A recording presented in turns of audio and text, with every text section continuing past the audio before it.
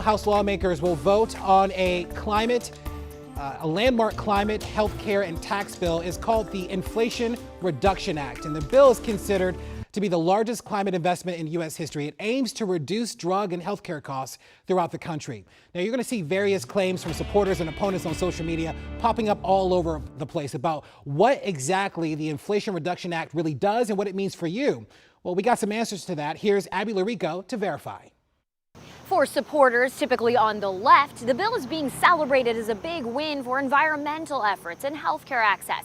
But critics, typically on the right, say it's full of overtaxing and overspending. So what's really in the bill? Our sources are Bill Hoagland from the Bipartisan Policy Center, Chris Edwards from the Cato Institute, the Nonpartisan Congressional Budget Office, and the bill itself. When it comes to taxes, the biggest change is that large corporations, earning at least $1 billion annually, will have to pay a 15% minimum tax. It also enacts a 1% tax on stock buybacks, when a company buys back its own shares.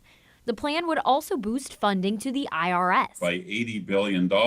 Most of it going to enforcement will allow for there to be an increase in collection.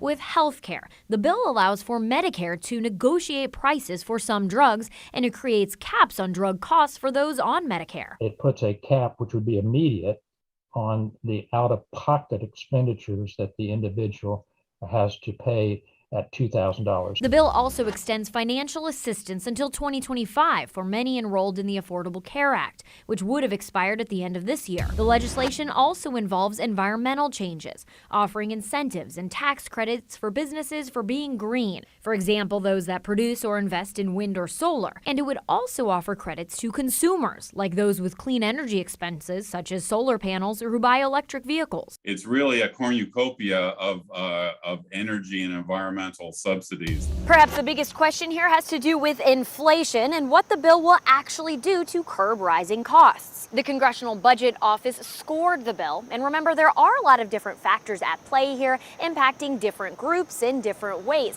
But ultimately, analysts say the bill will have a negligible impact on inflation in the next year. With your Verify, I'm Abby Larico.